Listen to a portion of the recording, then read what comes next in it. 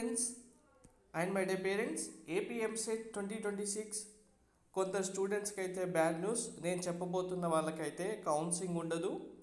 అందులో కొంతమందికి కౌన్సిలింగ్ ఉన్నప్పటికీ మీరు లోకల్ కేటగిరీలో సీట్స్ కూడా ఇవ్వడం జరగదు. వాళ్ళు ఎవరు అనేది క్లారిటీగా చెప్తాను. వీడియో స్కిప్ చేయకుండా చూడండి, లైక్ చేసి తప్పకుండా షేర్ చేయండి.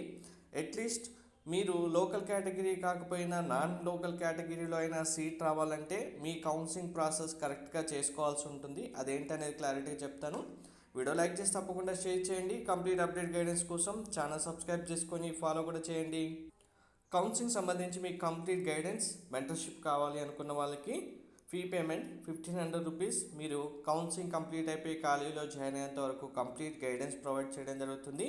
డైరెక్ట్గా బ్యాంక్ అకౌంట్కి పేమెంట్ చేసిన తర్వాత వాట్సాప్కి స్క్రీన్ షాట్ పంపించండి.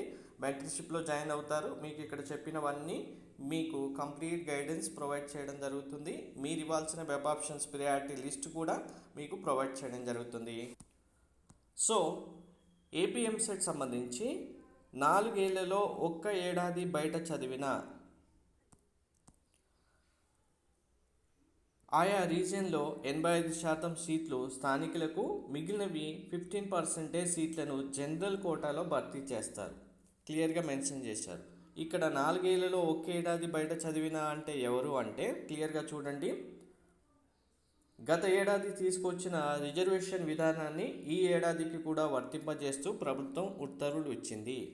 ఇంజనీరింగ్ ప్రవేశానికి ముందు 4 ఏళ్లలో ఒక్క ఏడాది బయట రాష్ట్రంలో చదివిన మీరు ఈ స్టేట్కు ఏపీ కౌన్సిలింగ్ సంబంధించి నాన్ లోకల్ అవుతారు. అంటే మీరు క్లియర్గా 9th class, 10th class, 11th and 12th ఏపీలో చదివిన వాళ్ళు మాత్రమే లోకల్ అవుతారు. ఇన్ కేస్ మీరు ఏపీ స్టూడెంట్ అయి ఉండి 9th నుంచి 12th వరకు ఏ ఒక్క క్లాస్ అయినా వేరే స్టేట్లో చదివి ఉంటే అట్లీస్ట్ నాన్ లోకల్లో అయినా మీకు సీట్ రావాలంటే మీరు కౌన్సిలింగ్ టైంలో మీ సర్టిఫికేట్ వెరిఫికేషన్ టైంలో మీరు ఏపీకి సంబంధించిన స్టూడెంట్ అని ప్రూఫ్స్ అన్నీ చూపించుకొని నాన్ లోకల్లో అయినా మీరు సీట్ వచ్చేలాగా చేసుకోవాలి.